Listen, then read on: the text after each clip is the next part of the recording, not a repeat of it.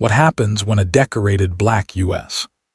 Army general gets handcuffed on a quiet Texas road just for pulling over to check his GPS? What did the officer say when he revealed his identity?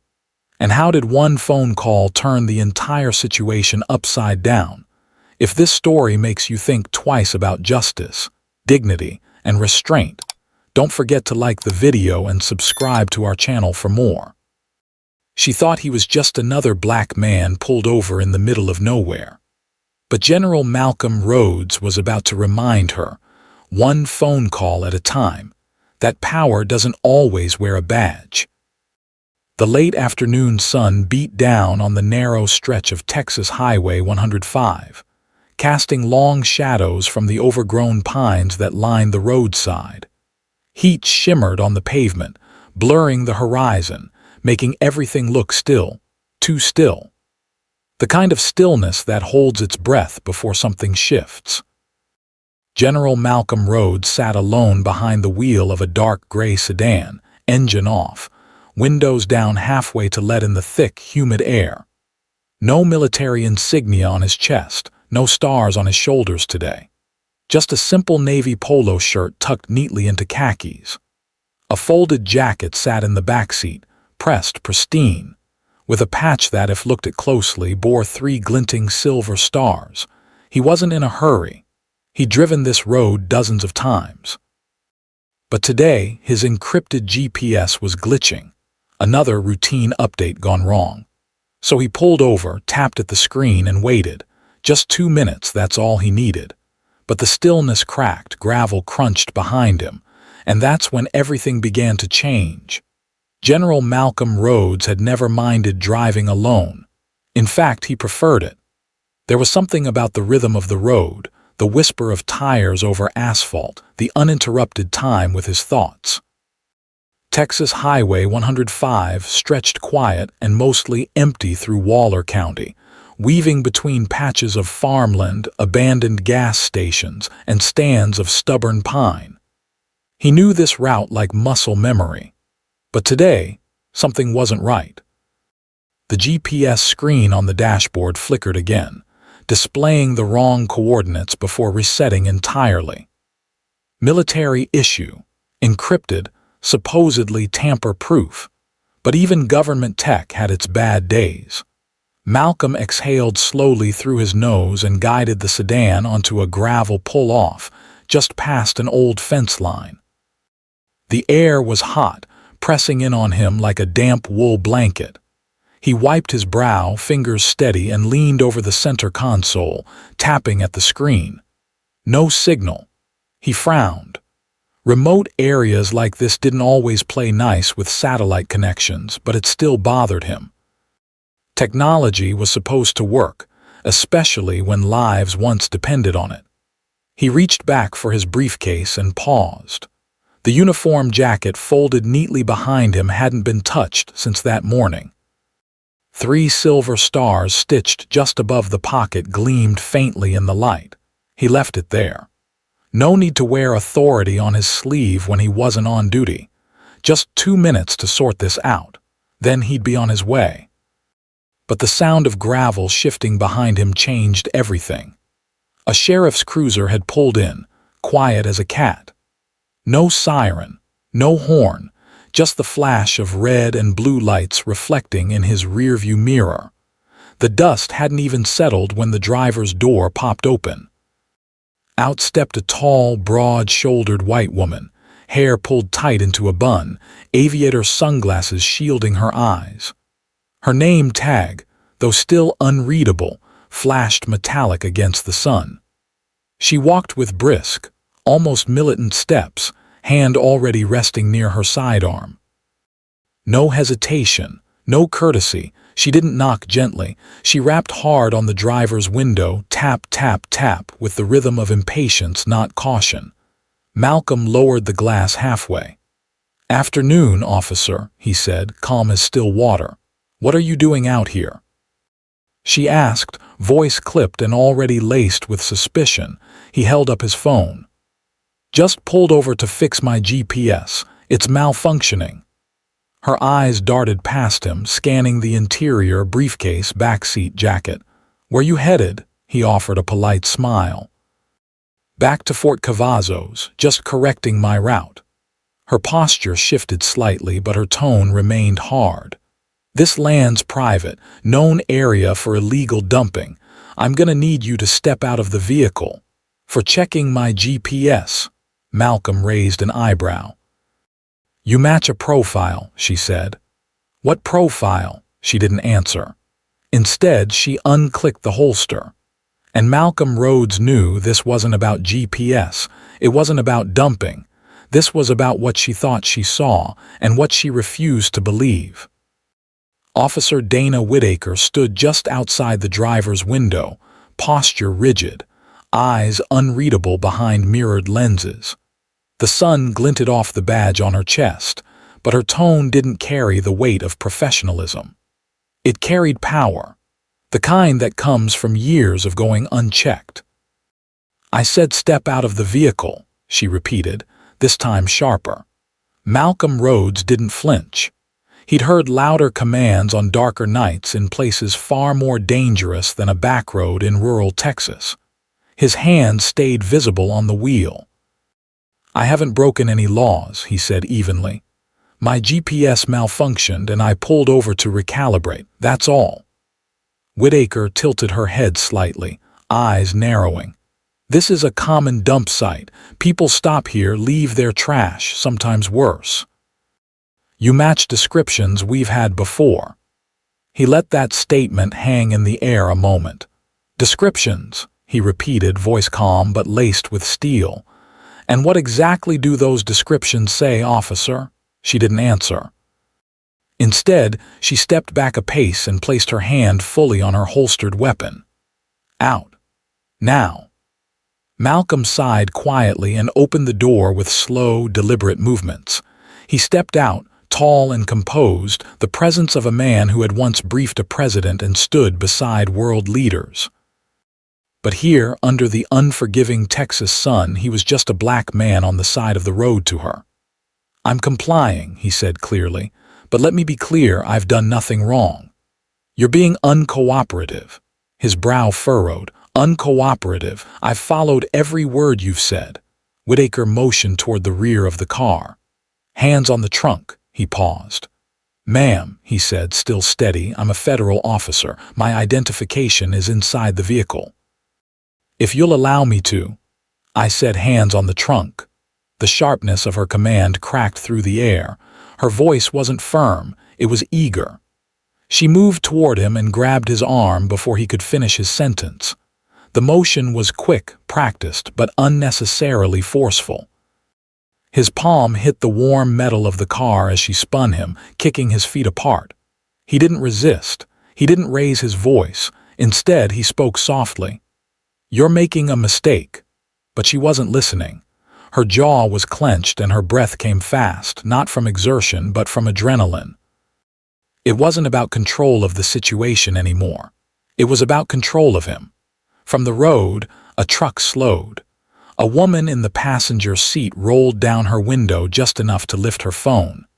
A teenager in the back seat had already begun filming. No one intervened, but the silence grew thicker, heavier. There was something wrong about the whole scene. Something off in the way Malcolm didn't fight back, in the way the officer acted less like she was following procedure and more like she was proving a point. "I am unarmed," Malcolm said again, voice low and certain. She didn't respond. She simply pressed harder on his arm, increasing the tension in the cuff hold. "You don't get to give orders here," she hissed. "You wait." Malcolm kept his gaze fixed forward, his hands flat against the metal, wrists restrained. He breathed through his nose and counted the seconds, not because he was afraid, but because he understood the stakes. "I'm Lieutenant General Malcolm Rhodes, United States Army," he said, voice calm and audible. "My identification is in my briefcase, inside that car." Whitaker let out a short, sharp laugh. "Right, and I'm the governor of Texas." But even as she said it, something in the crowd shifted. The teenager moved a little closer. The man in the pickup folded his arms, and Malcolm, still motionless against the trunk, knew this was no longer just about him. It was about who was watching, and what they'd choose to see. The gravel lot was no longer empty. The pickup truck that had slowed earlier now sat parked along the roadside, engine idling low. Inside, a teenage boy leaned forward from the backseat, camera phone gripped tight, filming everything in silence. His mother remained in the passenger seat, lips pressed thin, gaze fixed on the scene unfolding in front of them. The father, broad-shouldered, mid-40s, southern drawl etched into his posture, stood just outside the vehicle now, arms folded across his chest, jaw tight. They didn't speak. They just watched. Officer Dana Whitaker, meanwhile, hadn't noticed, or perhaps didn't care. She was too focused on controlling the moment, one she had long since turned from procedure into spectacle. Without warning, she reached for the cuffs on her belt. "Turn around," she snapped. Malcolm, still composed, didn't resist. "Officer, I've complied with every request, but I ask again, please allow me to retrieve my ID from the briefcase in the backseat." "You don't give orders, you don't make requests," she shot back, gripping his wrist. "You wait." The cuffs clicked shut, tight around his wrists. "You haven't read me my rights," Malcolm said evenly. "You're being detained, not arrested," she replied without looking at him. "Don't play smart." "This is improper conduct, officer," he warned gently, her eyes flicked to his. "Is that a threat?" "No," he said, firm. "It's a fact." Behind them, the teenager zoomed in with trembling hands. He caught the way Malcolm's wrists were pulled unnaturally behind his back, the redness already forming where skin met metal. He caught the way Whitaker's posture leaned forward, aggressive, proud, not cautious. "I'd like to make a phone call," Malcolm said, voice low but direct. Whitaker laughed, short and sharp. "Calling your lawyer now, are we?" "No," Malcolm replied, "the Department of Defense." That made her pause, but only for a second. She stared at him like he'd just claimed to be an astronaut. "Department of Defense," she repeated. "You expect me to believe that?" "I don't need you to believe it, just check the credentials." Instead, she stepped back, muttering into her radio. The words "suspicious male" and "possibly armed" crackled through the static. The last phrase made Malcolm tilt his head slightly. "I already told you, I'm unarmed." "You people usually are," she muttered under her breath. Malcolm's jaw tightened, but he didn't reply. He saw the man by the truck shift his weight forward, heard the quiet gasp from the woman inside the cab. The boy was still filming. The camera never wavered. "Everything is being recorded," Malcolm said quietly, not as a threat but a truth. Whitaker didn't respond. She walked back toward her cruiser, fumbling with the radio, voice growing more frantic. And Malcolm stood in place, cuffs tight around his wrists, the Texas sun baking down on his neck. The humiliation wasn't just in the act. It was in her disbelief. Because in her eyes, there was no way a man like him could be anything more than a problem. And in that moment, she still didn't know who she had just put in handcuffs. But the world was starting to find out. Dana Whitaker didn't notice the way the crowd had grown. She was too busy trying to get control back, radioing dispatch with clipped, shaky phrases, glancing at Malcolm's car like it held something dangerous. In her mind, she was still in charge. But Malcolm Rhodes knew better. He stood cuffed beside his vehicle, calm, measured. Every breath was deliberate, every second counted. He wasn't thinking about revenge. He was thinking about timing. Then, suddenly, Whitaker marched back toward him. Without asking, without a word, she reached into his back pocket and yanked out his wallet. She flipped through it carelessly, tossing through old business cards, a VA medical ID, and a military retiree card, until she hit something that made her pause. Behind the plastic divider was a dark gray card, matte finish, with a silver seal embossed on one corner and a small chip embedded on the side. It read, "Pentagon Clearance Level 4 issued to," LTG Malcolm Rhodes, Department of Defense. Her expression didn't change at first, but Malcolm caught the smallest movement in her jaw. Something had clicked. "Where'd you get this?" she muttered. "I earned it," Malcolm said. 35 years of service. Whitaker stood frozen for half a breath, then tucked the wallet under her arm like nothing had happened. "You still can't park here," she muttered weakly. "I wasn't parked," Malcolm replied. "I was adjusting my route."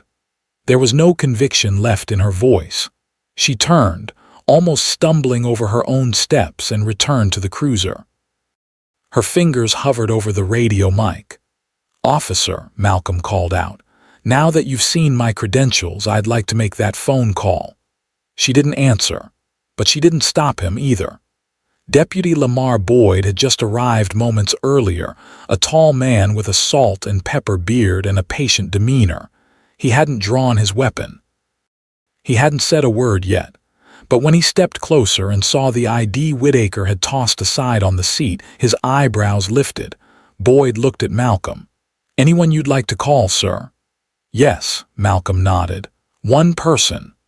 Without hesitation, Boyd pulled his phone from his pocket and handed it over.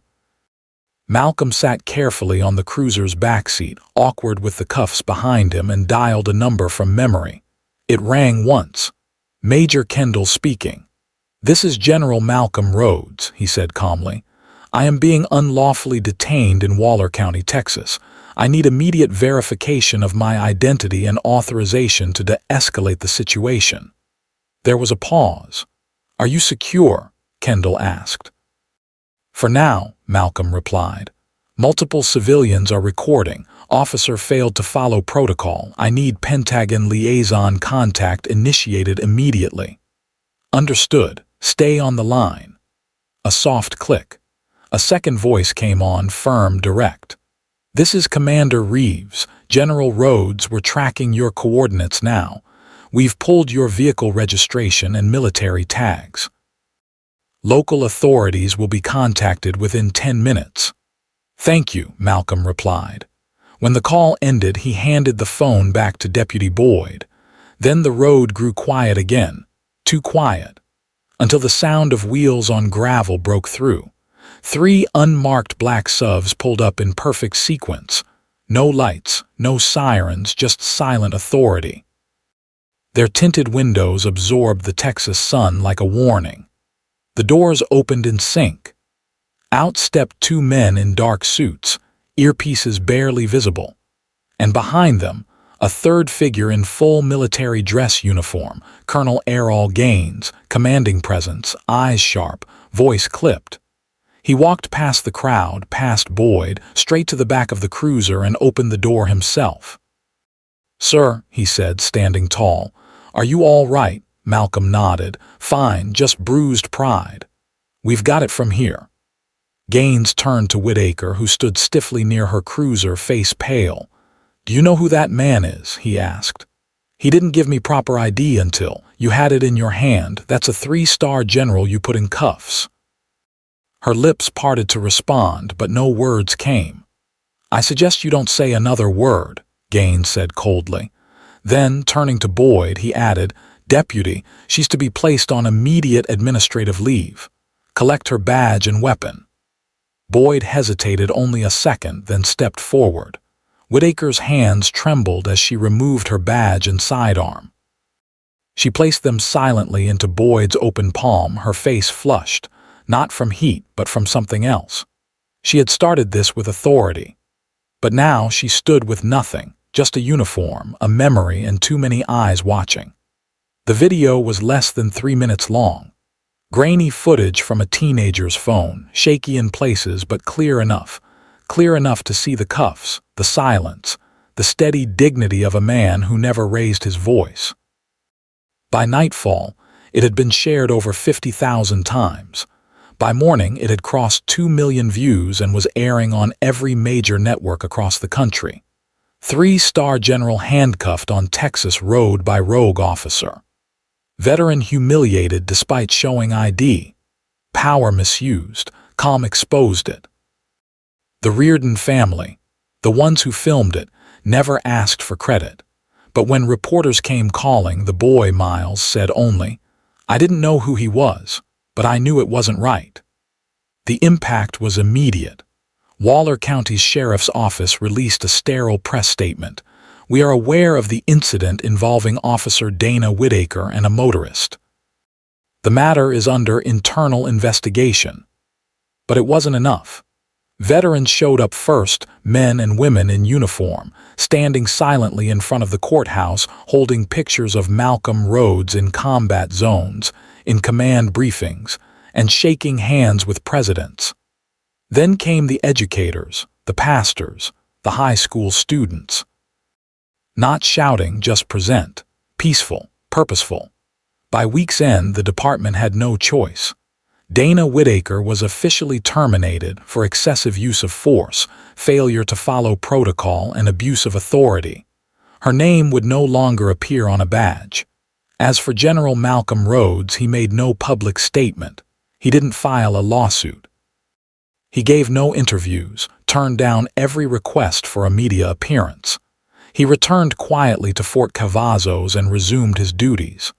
When asked by a junior officer why he didn't speak out, he simply replied, "Because the video already said enough." He never needed vengeance. He never needed to yell. The truth had done all the speaking. And now, it echoed in classrooms, community halls, and coffee shop conversations across the country. Not because of his rank, but because of how he carried himself when someone tried to take his dignity away. 2 weeks later, the headlines had cooled, but the story hadn't faded.